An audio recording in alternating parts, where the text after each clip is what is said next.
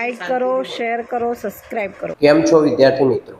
આજે આપણે ધોરણ 12 વિષય વાણિજ્ય વ્યવસ્થામાં ચેપ્ટર નંબર 3 આયોજન ઉપર વાત કરીએ છીએ, જેમાં આપણે આજે પ્રસ્તાવના, એનો ખ્યાલ, અર્થ, વ્યાખ્યાઓ અને લક્ષણો તેમજ મહત્વ અને મર્યાદાઓ પર ચર્ચા કરીશું. તો પ્રસ્તાવનાની અંદર ધંધો એ આર્થિક પ્રવૃત્તિ છે, એટલે કે જે પ્રવૃત્તિ પૈસા કમાવા માટે કરવામાં આવે એને આપણે આર્થિક પ્રવૃત્તિ કહીશું, જેનો મુખ્ય હેતુ નફો મેળવવાનો હોય છે. આ માટે ધંધાકીય એકમે જે પ્રવૃત્તિ કરવાની હોય, એટલે કે દરેક ધંધાકીય એકમની સ્થાપના નફો કરવા માટે કરવામાં આવી છે અને એટલા માટે એ જુદી જુદી પ્રવૃત્તિ કરતો હોય છે. આ માટે ધંધાકીય એકમે જે પ્રવૃત્તિ કરવાની હોય છે તે અંગેની સંપૂર્ણ માહિતી મેળવીને પૂર્વ વિચારણા કરવી પડે છે. પૂર્વ વિચારણા એટલે કે એને પહેલેથી વિચારણા કરવી પડે કે કઈ રીતે નફો પ્રાપ્ત કરશે, કઈ રીતે નફો મેળવશે. જેમ કે કોણ કયું કાર્ય ક્યારે કેવી રીતે કેટલા પ્રમાણમાં કરશે, આવી ભવિષ્યની બાબત અંગે વર્તમાનમાં પૂર્વ વિચારણા કરવી તેને આયોજન કહેવામાં આવે છે. એટલે કે આયોજનની અંદર આપણે કયું કાર્ય કોણ કરશે, ક્યારે કરશે, કેવી રીતે કરશે, કઈ પદ્ધતિનો ઉપયોગ થશે, આવી તમામ બાબતોની પૂર્વ વિચારણા આપણે પહેલેથી કરીશું, તો એને આપણે આયોજન કહીશું. આયોજન એ સાર્વત્રિક છે, એટલે કે બધી જ જગ્યાએ આયોજન કામમાં આવે છે. પછી એ ગમે તે ક્ષેત્ર હોય, કે રમતગમતનું મેદાન હોય, યુદ્ધનું મેદાન હોય, ધંધાકીય ક્ષેત્ર હોય, રાજકારણ હોય, ધાર્મિક કોઈ ક્ષેત્ર હોય, શિક્ષણ હોય, સામાજિક ક્ષેત્ર હોય, તો દરેક જગ્યાએ આયોજનની જરૂર પડે છે. આયોજન એટલે ભવિષ્યમાં શું સિદ્ધ કરવાનું છે, એટલે કે ભવિષ્યમાં આપણે શું મેળવવાનું છે, કેવી રીતે મેળવવાનું છે, અને આ માટે વિવિધ વિકલ્પોની વિચારણા કરવી, એટલે કે આપણે ભવિષ્યમાં આપણે જે વસ્તુ મેળવવાની હોય એની વિકલ્પોની વિચારણા કરવી, એટલે કે એના વિકલ્પો તૈયાર કરવા, એટલે કે એની યાદી તૈયાર કરવી. આ યાદીમાંથી શ્રેષ્ઠ વિકલ્પની પસંદગી કરવી અને જે વિકલ્પ શ્રેષ્ઠ હોય એના આધારે આપણી યોજના તૈયાર કરવામાં આવે તેને આપણે આયોજન કહીશું. ભવિષ્ય માટે કરવામાં આવતી યોજના છે એવું આપણે કહી શકીએ. ધંધામાં જે પ્રવૃત્તિ કરવાની હોય તે અંગે વિગતો એકત્રિત કરવી, એટલે કે એની માહિતી ભેગી કરવી. પૂર્વ વિચારણા એટલે કે એની પહેલેથી વિચારણા કરવી અને આ પ્રવૃત્તિઓ કેવી રીતે કરવી, એટલે કે જે પ્રવૃત્તિની આપણે વિગત ભેગી કરી હોય એ પ્રવૃત્તિ કેવી રીતે કરવી તે અંગેની યોજના બનાવવી, જેને આપણે આયોજન કહીશું. એના સિવાય આયોજનની બીજી કેટલીક વ્યાખ્યાઓ આપી છે. તો પહેલી વ્યાખ્યા છે બિલી ગોઇટ્સના મતની વ્યાખ્યા, જે એકદમ સહેલી વ્યાખ્યા છે કે આયોજન એટલે કે પસંદગીનું કાર્ય, એટલે કે આપણી પાસે બહુ બધા વિકલ્પ હોય, એમાંથી આપણે કોઈ બી એક સારો વિકલ્પ હોય એને પસંદ કરવાનો હોય અને એટલા માટે એને પસંદગીનું કાર્ય આપણે કહીશું. ડૉક્ટર જ્યોર્જ આર ટેરીના જણાવ્યા અનુસાર તો કાર્યની યોજના એટલે પરિણામોની વિચારણા કરવી, કાર્યને અનુસરવાની નીતિ નક્કી કરવી અને તબક્કા અને ઉપયોગમાં લેવાતી જે પદ્ધતિ છે એ નક્કી કરવાની જે રીત છે એને આપણે એટલે કે નક્કી કરવી, એને આપણે કહીશું આયોજન. ધ્યેયને પાર પાડવા માટે ઘડવામાં આવેલો બુદ્ધિપૂર્વકનો સૂચિત કાર્યક્રમ, એટલે કે ધ્યેય કોઈ આપણું લક્ષ્ય હોય એને જો આપણે પાર પાડવા માટે જે બુદ્ધિપૂર્વકનું જે આયોજન કરીશું, જેમાં આપણી બુદ્ધિનો આપણે ઉપયોગ કરીશું, સભાનતાનો ઉપયોગ કરીશું, તો એને આપણે આયોજન તરીકે ઓળખીશું. આયોજનના લક્ષણો જોઈશું. તો પહેલું લક્ષણ છે સર્વવ્યાપી, એટલે કે આયોજન સર્વવ્યાપી છે. સર્વવ્યાપીનો મતલબ થાય કે આયોજનની બધે જ જરૂર પડે છે, પછી કોઈ પણ ક્ષેત્ર હોય અને એટલા માટે એવું કોઈ પણ ક્ષેત્ર નથી કે જ્યાં આયોજનની જરૂર પડશે નહીં. ચાહે એ ધંધાકીય એકમ હોય કે પછી શૈક્ષણિક ક્ષેત્ર હોય કે રાજકીય ક્ષેત્ર હોય કે રમતગમતનું મેદાન હોય, ગમે તે હોય, તો આયોજન બધી જ જગ્યાએ જરૂર પડતી હોવાથી એને આપણે સર્વવ્યાપી તરીકે ઓળખીશું. એના પછી છે આયોજન એ સંચાલનનું સર્વપ્રથમ કાર્ય છે. સર્વપ્રથમ કાર્યની જો આપણે વાત કરીશું તો આ સંચાલનના જે અલગ અલગ કાર્યો છે, આયોજન, વ્યવસ્થા તંત્ર, દોરવણી, અંકુશ, કર્મચારી વ્યવસ્થા, એમાં સૌથી પહેલું જે કાર્ય છે એ આયોજનનું છે. એટલા માટે એને સૌપ્રથમ કાર્ય તરીકે ઓળખવામાં આવે છે. સભાન અને બૌદ્ધિક પ્રક્રિયા, એટલે કે આયોજન સભાન અવસ્થામાં કરવામાં આવે છે, બુદ્ધિપૂર્વક કરવામાં આવે છે, એટલા માટે એને આપણે સભાન અને બૌદ્ધિક પ્રક્રિયા તરીકે ઓળખીશું. પરિવર્તનશીલતા, તો પરિવર્તનશીલતાનો ગુણ આયોજનમાં રહેલો છે. જો આયોજનમાં પરિવર્તનશીલતા ના હોય તો એ જડતા પ્રેરશે, અને એટલા માટે પરિવર્તનશીલતા કારણે સમય અને સંજોગો પ્રમાણે આપણે પરિવર્તન કરવું પડે. ક્યાં કેવા પ્રકારનો નિર્ણય લેવો છે તો એ સમય સંજોગોના આધીન લેવો પડે. પછી એમાં જો આપણે એક જ વસ્તુને કે જે આયોજન છે એને બનાવીને આપણે એને બેસી રહીએ અને એને જો આપણે વળગી રહીએ તો એ જડતાનું કામ કરશે. તો આવી રીતે પરિવર્તનશીલતાનું જે તત્વ છે એ આયોજનમાં સમાયેલું હોય છે. એના પછી છે ચોકસાઈ, એટલે કે આયોજન ચોકસાઈપૂર્વક તૈયાર થયેલું હોવું જોઈએ, જેમાં ચોકસાઈપૂર્વકના રિઝલ્ટ આપણને મળવા જોઈએ. અને ચોકસાઈના આધારે જે આંકડાશાસ્ત્રીય ગાણિતિક પદ્ધતિનો જે ઉપયોગ થયો હોય તેના કારણે આપણને ચોકસાઈપૂર્વક જે આયોજન થયું હોય તે આપણને સફળતા આપશે. પૂર્વાનુમાન અનિવાર્ય, કેમ કે આયોજન એ ભવિષ્ય માટેની રૂપરેખા છે અને ભવિષ્ય માટે તૈયાર કરવામાં આવે છે વર્તમાનના, અને એટલા માટે આપણે એને ભવિષ્ય માટે તૈયાર કરવાનું હોવાથી આપણે એમ પૂર્વાનુમાન એટલે કે પહેલેથી અનુમાન એમાં જરૂરી છે. એટલા માટે આપણે એનું એક લક્ષણ કહી શકીએ. વિકલ્પોની યાદી, એટલે કે આયોજનમાં વિકલ્પો તૈયાર કરવા પડે છે. એમાંથી શ્રેષ્ઠ વિકલ્પની પસંદગી કરવી પડે છે કે જેની મદદથી આપણે આપણા ભવિષ્યમાં જે ધ્યેય સિદ્ધિ કરવાની છે એ આપણે સિદ્ધ કરી શકીએ. એટલા માટે એને ભવિષ્ય સાથે સંબંધ છે, કેમ કે આયોજન ભવિષ્ય માટે તૈયાર કરવામાં આવે છે. વર્તમાનની અંદર જે ભૂતકાળમાં જે ભૂલો કરી હોય એને વર્તમાનમાં સુધારી ભવિષ્યમાં ભૂલો ના થાય એના માટે આયોજન કરવામાં આવે છે.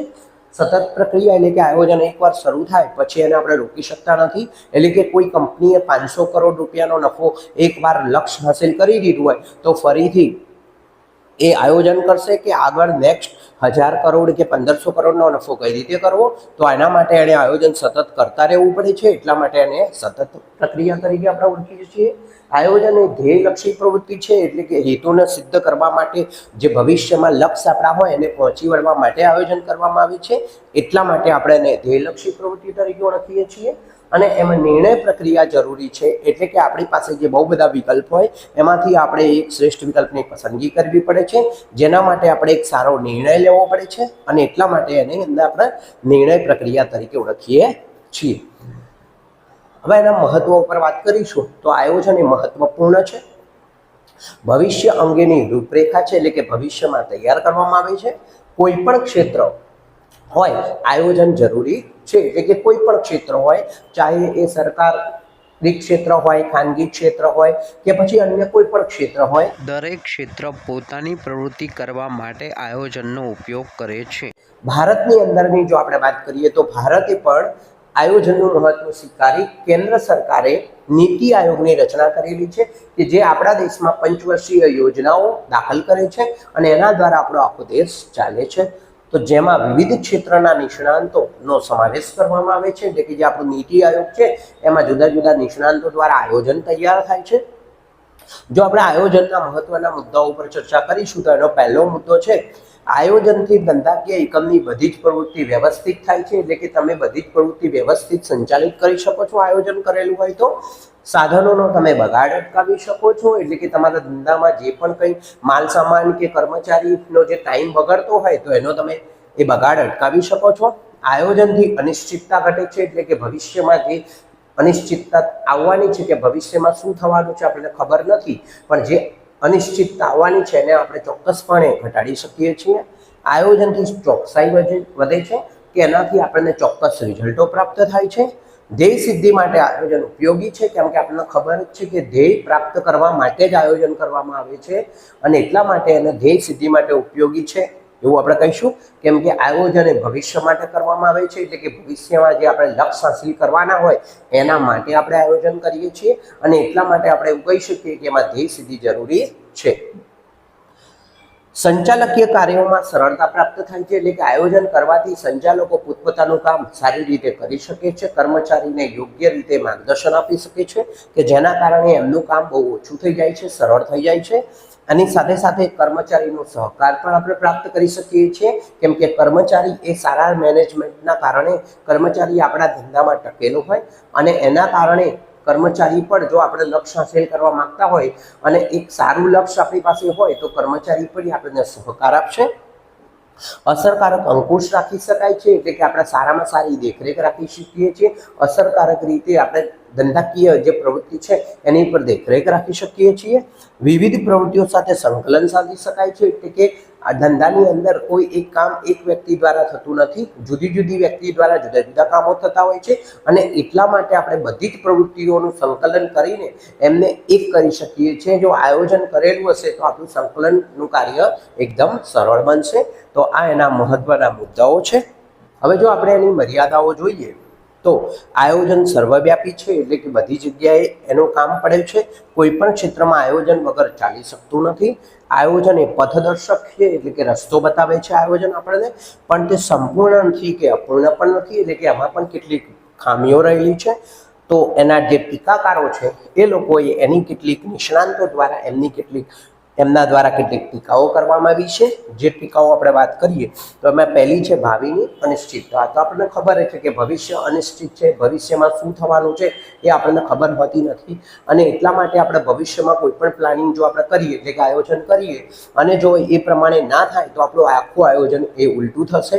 કેમ કે ભાવિની અંદર જે આપણે ધારણા કરી હોય એ રિઝલ્ટ અનુમાનો આપણા ખોટા પણ પડી શકે અને એટલા માટે ભાવિ અનિશ્ચિત હોવાથી આયોજનની અંદર એની મર્યાદા સાબિત થાય છે. ખર્ચાળ પ્રક્રિયા છે કે આયોજન નિષ્ણાંત દ્વારા તૈયાર કરવામાં આવે છે, એટલા માટે નિષ્ણાંતો પાછળ આપણે ખર્ચો કરવો પડે છે, જે લાંબી પ્રક્રિયા આપણે ગણી શકીએ છીએ. કેમ કે લાંબી પ્રક્રિયાની અંદર ઘણો બધો એમાં ટાઈમ લાગે છે, 5 વર્ષ 10 વર્ષનો ટાઈમ લાગે છે અને એટલે ખર્ચાળ પણ સાબિત થાય છે, સાથે સાથે લાંબુ પણ પુરવાર થાય છે. જે બંને એની ખામીઓ છે એવું આપણે કહી શકીએ, એની મર્યાદાઓ છે. આયોજન અપ્રસ્તુત છે. અમુક વાર આયોજન કરેલું હોય પણ એ આપણને ખોટા જો ધારણાઓ અને ખોટા અનુમાનો દ્વારા કરેલું હશે તો એ અપ્રસ્તુત થશે, એનાથી આપણને કોઈ ફાયદો થશે નહીં અને એટલા માટે આયોજન અપ્રસ્તુત સાબિત થવાના કારણે એની મર્યાદા ઊભી થાય છે. આયોજન જડતા પહેરી છે, એટલે આપણો જે મુદ્દો છે કે પરિવર્તનશીલતા, પણ અમુક વાર સંચાલકો જે આયોજન તૈયાર કરેલું હોય એને જ વળગી રહે છે અને એમાં કર્મચારીને આપણે સાંભળવામાં આવતા નથી અને એના કારણે આયોજનને વળગી રહેવાના કારણે એમાં આપણને જડતા પ્રેરવાનું કામ થાય છે, જો એની મર્યાદા સાબિત થાય છે કે આયોજનમાં જડતા આવે છે. બાહ્ય પરિબળની અનિશ્ચિતતા કે આયોજનની અંદર હંમેશા આપણે આંતરિક પરિબળને કંટ્રોલમાં લઈ શકીએ છીએ. જે બાહ્ય પરિબળ હોય ધંધાના એ આપણા ધંધા ઉપર હંમેશા અસર કરતા હોય છે અને એટલા માટે આપણે બાહ્ય પરિબળની જે અનિશ્ચિતતા છે એની પણ અસર આપણા ધંધા ઉપર થાય છે, જેના કારણે આપણે એવું કહી શકીએ કે એ તેની મર્યાદા છે. 7મા નંબરનું છે અપૂરતી માહિતી. જો આયોજન અધૂરી વિગતો અને અધૂરી માહિતીથી તૈયાર કરવામાં આવેલું છે તો એ આપણને નિષ્ફળતા અપાવશે. એટલે કે સારું આયોજન એને જ આપણે કહીશું કે જે સારી અને વ્યવસ્થિત માહિતીથી તૈયાર થયેલું હોય. તો અપૂરતી માહિતીથી તૈયાર થયેલું આયોજન એ આપણને નિષ્ફળતા તરફ લઈ જશે. કર્મચારીની કાર્ય સર્જનાત્મકતામાં અવરોધ, એટલે કે કર્મચારીની જે સર્જન શક્તિ હોય એની પર અવરોધ ઊભો થાય છે. કેમ કે કર્મચારી એ પોતે કંઈક પણ શોધ કરી હોય પણ જો આપણે આયોજનને વળગી રહીએ તો એની શોધને આપણે ધ્યાનમાં લઈશું નહીં, એની સર્જન શક્તિ દબાઈ જશે, એની નેતાગીરીના ગુણો દબાઈ જશે, તો સર્જન શક્તિનો વિકાસ એનો નહીં થાય, જેના કારણે અવરોધ ઊભો થશે. તો એ પણ એની એક મર્યાદા છે. પદ્ધતિઓનો ખામીયુક્ત ઉપયોગ. આયોજનમાં અનુમાનો અને પૂર્વધારણાઓ માટે ગાણિતિક પદ્ધતિઓ અને આંકડાકીય માહિતીનો ઉપયોગ થાય છે. આ પદ્ધતિનો ઉપયોગ અને માહિતી ખામીયુક્ત હોય તો નિર્ણયો ખોટા લેવાય છે, જેના કારણે આયોજન નિષ્ફળ બને છે. આમ ખામીયુક્ત પદ્ધતિઓનો ઉપયોગ એ એની મર્યાદા છે. તો આવી રીતે આયોજનને બીજા બધા ઘણા પરિબળો અસર કરે છે, જેમાં આપણે ટેકનોલોજીનો ફેરફાર જોઈ શકીએ છીએ. આયોજનકારના પૂર્વગ્રહો પણ આપણે લઈ શકીએ છીએ કે પૂર્વગ્રહો એટલે ખોટા ખ્યાલો જેના કારણે આયોજન નિષ્ફળ જાય છે. હકીકતોની અવગણના, એટલે કે સચ્ચાઈની આપણે અવગણના કરીએ, જે વાસ્તવિકતા છે એને આપણે ધ્યાનમાં ન લઈએ. નેતાગીરીના પ્રશ્નો ઊભા થાય છે કે નેતાગીરી કરવી મુશ્કેલ પડે છે. આ બધી જ વસ્તુ હોવા છતાં પણ આયોજન વિચલનોને કાબૂમાં રાખતા શીખવે છે. એટલે કે આયોજનથી તમે ભૂલોને કંટ્રોલ કરી શકો છો અને એટલા માટે એવું કહી શકાય કે આયોજનનો કોઈ વિકલ્પ નથી, એ પણ એક સત્ય છે. એટલે કે આયોજન વગર ચાલશે નહીં, એ પણ આપણે કહી શકીએ છીએ. અગાઉના વિડીયોમાં આપણે વ્યાખ્યા, ખ્યાલ, લક્ષણો, મર્યાદાઓ અને મહત્વ ઉપર ચર્ચા કરી. આજે આપણે આયોજનની પ્રક્રિયાઓ અને એના આધારે એના પ્રકારો તેમજ લાસ્ટ જે આપણો ટોપિક છે આયોજનના ઘટકો, એના ઉપર આજે આપણે ચર્ચા કરીશું. મારી ચેનલને લાઈક કરો, શેર કરો, સબસ્ક્રાઈબ કરો, જેથી કરીને મારા આવનારા તમામ વિડીયો તમને મળતા રહે. આયોજનની પ્રક્રિયામાં આપણે આયોજન એક બૌદ્ધિક પ્રક્રિયા છે, ભવિષ્ય માટેની પ્રવૃત્તિઓનો નકશો છે. એટલે કે આયોજન તમે ભવિષ્યમાં શું કરવાના છો એનો તમને આધાર પૂરો પાડે છે, જેમાં સંચાલન રંગ પૂર્યું છે. એટલે કે સંચાલન દ્વારા આયોજન સંપૂર્ણ થાય છે. ભવિષ્ય અનિશ્ચિત હોવાથી તો આપણને ખબર છે કે ભવિષ્યમાં શું થશે એ આપણને ખબર હોતી નથી, એ અનિશ્ચિત હોય છે. અને એટલા માટે નક્કી કરેલ આયોજનને તબક્કાવાર પાર પાડવા માટેની પ્રક્રિયાને આપણે જો અમલમાં મૂકીએ તો આપણે વ્યવસ્થિત રીતે આયોજન કરી શકીએ. તો હવે આપણે જોઈશું એના આયોજનના તબક્કાઓ. તો આયોજનના જે તબક્કાઓ છે કે જે પ્રક્રિયાઓ છે એને મારે સળંગ લખવાની છે. એટલે કે એક પછી એક મુદ્દો તમારે એનો લખવાનો છે. એમાં તમે આડાઅવળા ક્રમ સાથે લખી શકશો નહીં. તો એમાંનો પહેલો ટોપિક છે હેતુ નિર્ધારણ. હેતુ નિર્ધારણ એટલે કે હેતુ નક્કી કરવો, જેમાં કોઈ પણ પેઢી જ્યારે પોતાનું આયોજન કરવાની શરૂઆત કરશે, એટલે કે આયોજન કરશે જ્યારે કોઈ પણ એકમ, ત્યારે પહેલાં હેતુનું નિર્ધારણ કરશે, એટલે કે હેતુ નક્કી કરશે. કેમ કે હેતુ નક્કી કર્યા સિવાય આપણે કોઈ પણ કામ અથવા તો આયોજન જે છે આપણે કરી શકીએ નહીં. તો એટલા માટે હેતુ નિર્ધારણ એ અગત્યની વસ્તુ છે. હેતુઓ વ્યવહારિક હોવા જોઈએ. વ્યવહારિક એટલે પ્રેક્ટિકલ હોવા જોઈએ, એટલે કે મહત્વાકાંક્ષી ના હોવા જોઈએ. હેતુઓ વ્યવહારિક હોવા જોઈએ. વ્યવહારિક એટલે કે પ્રેક્ટિકલ હોવા જોઈએ, એટલે કે વાસ્તવિક હોવા જોઈએ, બુદ્ધિગમ્ય હોવા જોઈએ, કે જે હેતુઓ સિદ્ધ થઈ શકે તેવા હોવા જોઈએ. જે હેતુઓ સિદ્ધ ના થાય એવા હેતુઓ જો આપણે રાખીશું તો આપણું આયોજન ફેલ જશે. તો એટલા માટે હેતુ નિર્ધારણની પ્રક્રિયા એ બહુ મહત્વની પ્રક્રિયા તરીકે ઓળખવામાં આવે છે. એના પછી છે આયોજનના આધાર સ્પષ્ટ કરવા. તો આયોજનના આધાર સ્પષ્ટ કરવાની અંદર હેતુ નિર્ધારણ પછી આધારનો મતલબ થશે અનુમાનો અથવા તો પૂર્વાનુમાન, એટલે કે પહેલેથી કરેલી ધારણાઓ અથવા તો પહેલેથી કરેલું અનુમાન. હવે એકમને અસર કરતા અનેક પરિબળો હોય છે, જેમ કે આંતરિક પરિબળ હોય, બાહ્ય પરિબળો હોય. તો આપણને ખબર છે કે આંતરિક પરિબળો આપણે કંટ્રોલમાં લઈ રહીશું, પણ જે બાહ્ય પરિબળો છે એ આપણા નિયંત્રણમાં હશે નહીં. તો આપણે પૂર્વધારણાઓ એવી રીતે રચના કરવી પડે કે જેથી કરીને આપણે આંતરિક પરિબળને પણ સોલ્વ કરી શકીએ, બાહ્ય પરિબળને પણ સોલ્વ કરી શકીએ. તો આવા પરિબળને ધ્યાનમાં રાખીને આપણી પૂર્વધારણાઓ નક્કી કરવામાં આવી છે, જેને આપણે આધાર સ્પષ્ટ કરવા કહી શકીએ છીએ. ત્રીજા નંબરનો આપણો છે માહિતી એકત્રિત કરી એનું વિશ્લેષણ કરવું. એટલે કે એકવાર હેતુ નિર્ધારણ થઈ જાય, આધાર સ્પષ્ટ થઈ જાય, એના પછી તમારે આયોજન વિશે માહિતી ભેગી કરવી પડે. એટલે કે જે વસ્તુનું તમે આયોજન કરવા માંગો છો, જે હેતુનું તમે આયોજન કરવા માંગો છો, એના વિશે તમારે માહિતી એકત્ર કરવી પડે. એ માહિતી ઉપર વિશ્લેષણ કરવું પડે. એટલે કે માહિતી મળ્યા પછી એની અંદરથી જે માહિતી કામની છે એનું વર્ગીકરણ કરવું પડે. નકામી માહિતીને આપણે કાઢી નાખવી પડે. એના પછી વૈકલ્પિક યોજના તૈયાર કરવી પડે. એટલે કે આપણો જે એકમનો હેતુ છે એના આધારે આપણે વિકલ્પોની એક યાદી બનાવવી પડે. કેમ કે વિકલ્પો બહુ બધા હોય અને એમાંથી આપણે યાદી બનાવ્યા પછી આપણને ખ્યાલ આવશે કે આપણે કયા વિકલ્પની પસંદગી કરીશું. તો યાદી તૈયાર કર્યા પછી એની ઉપર વિચારણા કરવી પડે. એટલે કે એક એક વિકલ્પ આપણે જોઈ લેવો પડે કે આપણને વિકલ્પ પસંદ છે કે નથી પસંદ. જો એ વિકલ્પમાંથી આપણને નફો પ્રાપ્ત થતો હશે તો એ આપણને પસંદ હશે. જો નફો નહીં મળતો હોય અથવા તો આપણા ધ્યેયને પૂર્તિ નહીં કરતો હોય તો એવા વિકલ્પની આપણે પસંદગી કરીશું નહીં. તો આપણે શ્રેષ્ઠ વિકલ્પની પસંદગી કરવા માટે પહેલાં દરેક વિકલ્પો ઉપર વિચાર કરવો પડે, જેમાં એક બૌદ્ધિક પ્રક્રિયા કહી શકાય વિચારણા કરવી. વિચારણા કરતી વખતે ગાણિતિક અને આંકડાશાસ્ત્રીય પદ્ધતિનો પણ ઉપયોગ કરવો પડે. અને એ માટે કાર્યાત્મક સંશોધન એટલે કે ઓપરેશન રિસર્ચની ટેકનિકનો ઉપયોગ કરી ધંધાકીય એકમ માટે એક આદર્શ યોજના તૈયાર કરી શકો છો. એના પછી છે ચોક્કસ યોજના સ્વીકારવી. એટલે કે હવે આપણે વિકલ્પો તૈયાર થઈ ગયા છે, એની ચકાસણી પણ થઈ ગઈ છે, એની ઉપર આપણે વિચાર કરી લીધો છે. તો હવે એમાંથી આપણે શ્રેષ્ઠ વિકલ્પની પસંદગી કરવી પડશે. એટલે કે વિવિધ વિકલ્પો અંગે વિચારણા અને અભ્યાસની ચકાસણી કર્યા પછી શ્રેષ્ઠ યોજનાની આપણે પસંદગી કરવી પડે, જે યોજના આપણે સ્વીકારવા લાયક હોય. એના પછી જે ગૌણ યોજનાનું ઘડતર અને ચકાસણી. તો ગૌણ યોજના આપણે એને કહીશું કે જે આપણી મૂળ યોજના હોય એને સપોર્ટ કરવા માટે જે યોજનાની રચના થાય એને આપણે ગૌણ યોજના કહીશું. કે જે યોજના આપણી મૂળ સપોર્ટ કરશે તો એવી યોજનાને આપણે ગૌણ યોજના કહીશું. તો એ ગૌણ યોજનાનું તમારે ઘડતર કરવું પડે, એટલે કે એને બનાવવી પડે અને એની ચકાસણી પણ એ લેવલ ઉપર કરવી પડે. અને છેલ્લે યોજનાનું મૂલ્યાંકન કરવું. એટલે કે આખી યોજના તૈયાર થઈ ગયા પછી તમારે એ યોજનાની ચકાસણી કર્યા પછી એનું મૂલ્યાંકન કરવું પડે કે જેથી કરીને એ યોજના આપણા માટે ફાયદાકારક છે કે નુકસાનકારક, જે આપણને ખ્યાલ આવશે. તો મૂલ્યાંકનની અંદર આપણે નિષ્ણાંતો અને સલાહકારની મદદ પણ લેવી પડે કે જેના આધારે આપણે એક સારો અભિપ્રાય અને એક સાચો નિર્ણય લઈ શકીએ. એની સાથે સાથે આયોજન એ સતત ચાલતી પ્રક્રિયા છે, કેમ કે આયોજન એકવાર શરૂ કર્યા પછી એ બંધ થતી નથી.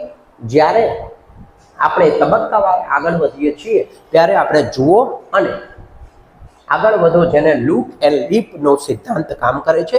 એટલે કે જેમ જેમ તમે આગળ વધતા જાઓ એમ તમારે યોજનાને જોતા રહેવું પડે છે કે આપણી યોજના બરોબર ચાલે છે કે નથી ચાલતી. તો એને આપણે યોજનાનું મૂલ્યાંકન કહીશું. તો આપણા પ્રક્રિયાના 8 તબક્કાઓ છે.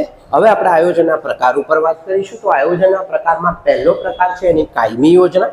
કાયમી યોજના એટલે કેવી યોજના કે જે આપણા રોજબરોજના કાર્યો કરવા માટે આપણને કામમાં આવશે, કે જે કર્મચારીએ જે રોજબરોજ કાર્ય કરતા હોય કે જ્યાં કાર્યનું પુનરાવર્તન થતું હોય, એટલે કે એકનું એક કાર્ય વારંવાર થતું હોય, તો એવી જગ્યાએ એવી એક પ્રમાણિત નીતિ નક્કી કરવામાં આવે કે જેના આધારે કર્મચારી અને રોજબરોજનું કામ આરામથી કરી શકે. એના ઉપરી અધિકારીને એને વારંવાર પૂછવા ના જવું પડે. તો એના માટે આપણે કાયમી યોજનાનો ઉપયોગ કરીએ છીએ. તો કાયમી યોજના વારંવાર ઉપયોગમાં લઈ શકાય છે. જે કાર્યો અંગે રોજબરોજના નિર્ણયો લેવાના હોય તેવા કાર્યો માટે આ યોજના તૈયાર કરવામાં આવી છે. એટલે કે રોજબરોજ જે આપણે કાર્ય કરતા હોય એના માટે આપણે યોજના કરીશું. જ્યાં વ્યવસ્થાપકીય પ્રવૃત્તિઓનું પુનરાવર્તન થતું હોય ત્યાં તે પ્રવૃત્તિઓ ઝડપથી થાય તે ઉદ્દેશથી પ્રમાણિત નીતિ નક્કી કરવામાં આવે છે, તેને કાયમી યોજના કહે છે. એટલે કે પ્રમાણિત યોજના નક્કી કરીને આપણે જે યોજના બનાવીશું એને આપણે કાયમી યોજના કહીશું. આયોજનમાં નીતિ, વિધિ અને નિયમો લાંબા ગાળા માટે નક્કી થાય છે. તો જે યોજનાઓ લાંબા ગાળા માટેની હોય, એટલે કે લાંબા ગાળે જે વસ્તુ સિદ્ધ કરવાની હોય, એટલે કે નીતિ, વિધિ, પદ્ધતિ, આ બધી વસ્તુ આપણે લાંબા ગાળા માટે સિદ્ધ થશે. તો જેથી ઘટકો સાથે, એટલે કે એના જે ઘટકો છે, નાના નાના જે પાર્ટ્સ છે, જે ટૂંકા ગાળા માટે આપણે સિદ્ધ કરવાના હોય, જેથી આ ઘટકો સાથે સંકળાયેલી દરેક બાબતો એના તાબેદાર કે કર્મચારીને ઝડપથી નિર્ણય લઈ શકે. એટલે કે જે કર્મચારી આની સાથે જોડાયા હોય એવા લોકોને ઝડપથી નિર્ણય લઈ શકે એ માટે, જેમ કે દાખલા તરીકે ગ્રાહકોને ઓર્ડર પ્રમાણે માલ મોકલવા અંગેની વિધિ કહી શકીએ આપણે, કે પછી શાક નીતિનું અગાઉથી કાયમી ધોરણે પાલન કરવાની. શાક નીતિ એટલે કે ઉધારથી વસ્તુ વેચવી કે નહીં એનું કાયમી ધોરણે પાલન કરવું, એનું ઘડતર કરવું હોય. તો તેનો અમલ કરવા માટે કર્મચારી ઝડપથી નિર્ણય લઈ શકે છે. તો આવી જે નીતિઓ હોય, આવી જે પદ્ધતિઓ હોય, એનો અમલ કર્મચારી ઝડપથી લઈ શકે, એના ઉપરી અધિકારીને વારંવાર એને પૂછવા ના જવું પડે, એના માટે આપણે કાયમી યોજના બનાવીશું. એના પછીની યોજના છે આપણી વ્યૂહાત્મક યોજના. તો વ્યૂહાત્મક યોજના એ લાંબા ગાળા માટે બનાવવામાં આવશે. જે આપણા ધંધાની કોઈ પણ ધંધો હોય એની ફિલસૂફી હોય, એનું એક જીવન ધ્યેય હોય કે જે આખી જિંદગી એ ધ્યેય ઉપર કામ કરશે. તો ધંધાકીય એકમો તેમની ફિલસૂફી અનુસાર ધ્યેય નક્કી કરે છે. આ માટે એકમ પોતાના જીવનકાળ દરમિયાન કઈ ફિલસૂફી એટલે કે કયા ધ્યેયથી એ કાર્ય કરશે આખી જિંદગી તે નક્કી કરવામાં આવે છે. તેને એકમનું જીવન ધ્યેય કહે છે. જીવન ધ્યેય મતલબ કે આખી જિંદગી એકમ એક જ પ્રકારની પ્રવૃત્તિ કરશે, એ જ એનું ધ્યેય હશે, એને આપણે જીવન ધ્યેય કહીશું. એકમના ધ્યેયને સિદ્ધ કરવા માટે વિવિધ લાંબા ગાળાની અને ટૂંકા ગાળાની વ્યૂહરચનાઓ ઘડવામાં આવે છે. એકમના ધ્યેયની સિદ્ધિ કરવી હોય તો આપણે લાંબા ગાળાની અને ટૂંકા ગાળાની આવી બે વ્યૂહરચનાઓ આપણે બનાવવી પડે. ધંધાકીય એકમ પર્યાવરણ, તેની શક્તિઓ અને નબળાઈઓને ધ્યાનમાં લઈ યોજનાનું ઘડતર કરે છે. એટલે કે દરેક ધંધાકીય એકમ એની પાસે જે પર્યાવરણ છે, એની જે તાકાત છે, એની જે નબળાઈઓ છે, એના આધારે યોજનાનું ઘડતર કરે છે. આ યોજના માટે દીર્ઘદ્રષ્ટિ અને અનુભવ જરૂરી છે. એટલે કે દરેક યોજના બનાવવા માટે તમારી પાસે એક લાંબી દ્રષ્ટિ અને અનુભવ હોવો જરૂરી છે. વ્યૂહાત્મક યોજનાની અસરો લાંબા ગાળે જોવા મળે છે. એટલે કે 5 વર્ષ 10 વર્ષ પછી તમને એની અસરો જોવા મળે છે. આ માટે સુસંગત નિર્ણય લેવા પડે છે. એટલે કે એના લગતા તમારા નિર્ણય લેવા પડે છે. એટલે કે નિર્ણયોની વ્યાપકતા આ યોજનામાં મહત્વની છે. તો એટલા માટે વ્યૂહાત્મક યોજના એ લાંબા ગાળાની યોજના હોવાથી લાંબે ગાળે સિદ્ધ થાય છે. ત્રીજા નંબરની આપણી યોજના છે સુનિયોજિત યોજના. સુનિયોજિત યોજના એ 1 વર્ષના સમયગાળા માટે હોય છે. એટલે કે ટૂંકા ગાળા માટે બનાવવામાં આવે છે. ધંધાકીય એકમે નક્કી કરેલા ધ્યેયને સિદ્ધ કરવા માટે મધ્ય સપાટીએ ટૂંકા ગાળાની જે યોજનાઓનું ઘડતર કરવામાં આવે છે તેને સુનિયોજિત યોજના તરીકે આપણે ઓળખીએ છીએ. આ યોજના 1 વર્ષ કે તેથી ઓછા સમય માટે હોય છે, એટલે કે ટૂંકા ગાળા માટે હોય છે. જ્યારે ટૂંકા ગાળાના ધ્યેયોનું સ્પષ્ટીકરણ કરવું હોય, એટલે કે ટૂંકા ગાળાના ધ્યેય જ્યારે આપણે પ્રાપ્ત કરવા હોય, એકમની પ્રવૃત્તિઓ હેતુલક્ષી બને છે, સુનિયોજિત બને છે, એટલે કે સારી રીતે થાય છે. કયા વિભાગી વડાઓ અને કર્મચારીઓ પાસે કયા કાર્યો કરાવવાના છે તે સ્પષ્ટ બને છે. આ યોજના ઘડવા માટે વિશિષ્ટ જ્ઞાન અને કૌશલ્ય જરૂરી છે.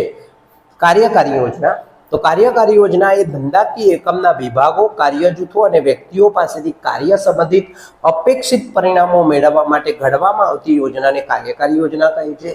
એટલે કે આપણા જે એકમના વડા હોય એમણે જે કર્મચારીને કામ સોંપ્યું હોય તો કર્મચારીએ કેટલું કામ કર્યું એ પરિણામો જાણવા માટે આપણે જે યોજના બનાવીશું એને આપણે કાર્યકારી યોજના કહીશું. એટલે કે કાર્યકારી યોજના પરિણામો જાણવા માટેની યોજના કહી શકાય.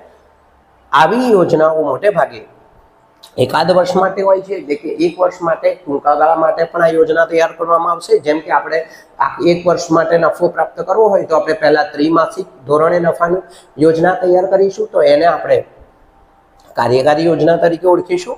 કાર્યકારી યોજના મોટે ભાગે સુનિયોજિત યોજના, એટલે કે સુનિયોજિત યોજના જે છે એ પણ 1 વર્ષ માટેની હોય છે, આ પણ 1 વર્ષ માટેની હોય છે. પણ આ પરિણામોમાં કેટલી પ્રગતિ થઈ એના માટે બનાવવામાં આવે છે. એક ઉપયોગી યોજના, તો વિશિષ્ટ હેતુઓની સિદ્ધિ માટે, એટલે કે કોઈ વિશિષ્ટ હેતુ કે જે પૂરો થઈ જાય પછી આપણે એને ફરીથી એ હેતુને સંચાલિત નહીં કરી. વિશિષ્ટ હેતુ એટલે કે એવો હેતુ કે જે એકવાર સિદ્ધ થઈ જાય પછી ફરીથી આપણે એને નહીં બનાવીએ, તો એવા હેતુઓ માટે એક ઉપયોગી યોજના તૈયાર કરવામાં આવે છે. ખાસ પ્રવૃત્તિઓ માટે જ આ યોજના તૈયાર થાય છે. દાખલા તરીકે વહાણનું બાંધકામ કરવાની યોજના, મકાનનું બાંધકામ કરવાની યોજના, જે એકવાર પૂરી થશે પછી આપણે ફરીથી એને ચલાવીશું નહીં. પેકેજિંગ, પ્રિન્ટિંગ, આ બધી જે યોજનાઓ છે એને ઉપયોગી યોજનાની અંદર લઈશું. એના પછી છે આકસ્મિક યોજના. તો આકસ્મિક યોજના એ ધંધાકીય એકમની અંદર બદલાતી જતી પરિસ્થિતિ સાથે દરેક ધંધાએ તાલ મિલાવવો પડે છે. એટલે કે આપણા ધંધાની અંદર જે પરિબળો હોય, આંતરિક, બાહ્ય, એ બધા જ પરિબળ સાથે આપણે મેળ બેસાડીને પછી બિઝનેસ કરવો પડે છે, ધંધો કરવો પડે છે. જેમ કે આપણે રાજકીય પરિબળો, આર્થિક પરિબળો, સામાજિક પરિબળો, કુદરતી પરિબળો, આવા બધા જ પરિબળના કારણે ધંધાકીય પર્યાવરણની અંદર બદલાવ થાય છે, ફેરફાર થાય છે. અને આવો ફેરફાર થવાની સાથે આપણે અગાઉ જે યોજનાઓ બનાવેલી હોય એની અંદર પણ ફેરફાર કરવો પડે છે. તો એટલા માટે અગાઉની યોજનામાં ફેરફાર કરવા માટે જે એક નવી યોજના બનાવવામાં આવે છે તેને આપણે આકસ્મિક યોજના કહીશું. એટલે કે આકસ્મિક કારણોસર એ યોજના બનાવવામાં આવે છે. હવે એના આપણે આયોજનના ઘટકો પર વાત કરીશું. તો આપણને ખબર છે કે આયોજન એ બૌદ્ધિક પ્રક્રિયા છે, સતત ચાલતી પ્રક્રિયા છે. આયોજન તૈયાર કરતી વખતે ઘણી બધી નાની નાની બાબતોનું આપણે ધ્યાન રાખવું પડતું હોય છે. કેમ કે લાંબા ગાળે જે હેતુઓ તમારે સિદ્ધ કરવાના હોય એને પહેલાં તમારે ટૂંકા ગાળે સિદ્ધ કરવા પડે. તો આ યોજનાઓ, કાર્યક્રમો જે નક્કી કરવામાં આવે છે નાની નાની યોજનાઓ દ્વારા, તો એને આપણે આયોજનના ઘટકો કહીએ છીએ. દાખલા તરીકે અંદાજપત્ર બનાવવું, જે અલગ અલગ વિભાગ માટે પહેલાં અલગ અલગ બનાવીશું, એના પછી આખા એકમ માટે આપણે અંદાજપત્ર તૈયાર કરીશું. તો એનો પહેલો જે ઘટક છે એમાં છે હેતુ. હેતુ એટલે કે હેતુ નિર્ધારણ, એટલે કે ધ્યેય નક્કી કરવો. તો આપણને ખબર છે કે ધ્યેય નક્કી કરવું અને એને પાર પાડવું એ દરેક ધંધાકીય એકમનો મુખ્ય હેતુ છે. અને જેમાં હેતુ નક્કી કરતી વખતે પરિબળોને આપણે ધ્યાનમાં લેવા પડે. સાથે સાથે ધ્યેય સિદ્ધ કરી શકાય તેવા વાસ્તવિક હેતુઓ હોવા જોઈએ, એટલે કે મહત્વાકાંક્ષી હેતુઓના હોવા જોઈએ. તો વધારે પડતા મહત્વાકાંક્ષી હેતુઓ હશે તો એ આપણા એકમની સિદ્ધિ કરાવશે નહીં. એટલે કે જો મહત્વાકાંક્ષી ધ્યેય હશે તો એ આપણા એકમની અંદર સિદ્ધ થશે નહીં. જેમ કે આપણે 1000 કરોડ રૂપિયાનો નફો પ્રાપ્ત કરી લીધો હોય અને આપણે 1500 કે 2000 કરોડના રૂપિયાનું લક્ષ્યાંક રાખ્યું હોય તો એ હેતુ આપણો સિદ્ધ થશે. પણ જો આપણે 50,000 કે 1 કરોડના નફાનું લક્ષ્યાંક રાખીશું તો એ મહત્વાકાંક્ષી હશે, તો એવા લક્ષ્યાંકો સિદ્ધ થશે નહીં. વ્યૂહરચના, તો વ્યૂહરચના એ આયોજનમાં નક્કી કરેલા ઉદ્દેશને પાર પાડવા માટે ઉપયોગમાં લેવામાં આવતી એક યુક્તિ કહી શકાય. એટલે કે ઉદ્દેશોને પાર પાડવા માટે જે ઘડવામાં આવે તેને આપણે વ્યૂહરચના કહીશું. નીતિ એટલે કે જે આપણી વ્યૂહરચના હોય, આપણે જે નિર્ણય લીધા હોય એને પાર પાડવા માટે જે ઘડવામાં આવશે એને આપણે નીતિ કહીશું. તો આયોજનમાં નક્કી કરેલા ધ્યેયને પાર પાડવા માટે સંચાલકોએ જે નિર્ણય લીધેલા હોય, સંચાલકોએ જે વ્યૂહરચના બનાવી હોય એને પાર પાડવા માટે જે તૈયાર કરવામાં આવે છે તેને આપણે નીતિ કહીશું. પદ્ધતિ અથવા વિધિ એટલે કે નક્કી કરેલા ઉદ્દેશને કઈ રીતે પાર પાડવા એટલે કે માર્ગ બતાવવા માટે એક ટેકનિકનો ઉપયોગ થશે, જેને આપણે પદ્ધતિ કહીશું. એટલા માટે આપણે એવું કહી શકીએ કે હેતુઓની સિદ્ધિ માટે વ્યૂહરચના ઘડવામાં આવે, વ્યૂહરચનાને પૂરું કરવા માટે નીતિનો ઉપયોગ થાય, અને વ્યૂહરચના નીતિ બંનેની સિદ્ધિ કરવા માટે જે ટેકનિકનો ઉપયોગ થાય તેને આપણે વિધિ અથવા પદ્ધતિ તરીકે ઓળખીએ છીએ. નિયમો એટલે કે કર્મચારી શિસ્ત સાથે કામ કરી શકે, ધંધામાં અંકુશથી કાર્ય થાય એના માટે નિયમો આપણે બનાવીશું. એટલે કે નક્કી કરેલા કાર્યક્રમો નિયમો પ્રમાણે ચાલે છે કે નહીં તે જોવા માટે આપણે નિયમોનો ઉપયોગ કરીશું. નિયમો એ વિધિ નિશ્ચિત કરે છે, સ્પષ્ટ એની સમજ આપે છે અને શિસ્તની સ્થાપના કરે છે. અંદાજપત્ર તો આપણને ખબર જ છે કે અંદાજપત્ર સિવાય તમે કોઈ પણ કાર્ય કરી શકો નહીં. અંદાજપત્ર એ બજેટ કહેવાય કે જે તમારા ધંધાની અંદર થયેલા ખર્ચા અને આવકનું વર્ગીકરણ કરશે, કે જેના આધારે તમે એકમ ઉપર અંકુશ રાખી શકશો. તો એના માટે જુદા જુદા પ્રકારના અંદાજપત્ર તૈયાર કરવામાં આવે છે, જેમાં આપણે મૂડી ખર્ચ અંદાજપત્ર, ઉત્પાદન અંદાજપત્ર, ઉત્પાદન ખર્ચ અંદાજપત્ર એટલે કે કેટલો ઉત્પાદનનો ખર્ચો થયો એનું અંદાજપત્ર, વેચાણ અંદાજપત્ર એટલે કેટલું વેચાણ થશે એનું અંદાજપત્ર, રોકડ અંદાજપત્ર એટલે કે કેટલી રોકડની જરૂર પડશે, કેટલા રૂપિયા આપણે બહારથી લાવવા પડશે. તો આવા તમામ પ્રકારના અંદાજપત્ર આપણે એકમમાં બનાવીને આપણે અંકુશ રાખી શકીએ છીએ. અને કાર્યક્રમ એટલે કે તો ધંધાકીય એકમમાં કરવાના થતા વિવિધ કાર્યોને જે ક્રમ આપવામાં આવે છે તેને આપણે કાર્યક્રમ કહીએ છીએ. એટલે કે આપણા ધંધાની અંદર કયું કાર્ય ક્યારે કરવું, કયા કાર્ય પછી કયું કાર્ય કરવું, આવી રીતે જ્યારે આપણે કાર્યોને ક્રમ આપીએ છીએ તો એને આપણે કાર્યક્રમ તરીકે ઓળખીએ છીએ. તો અહીં આપણું ચેપ્ટર 3 આયોજન પૂરું થાય છે.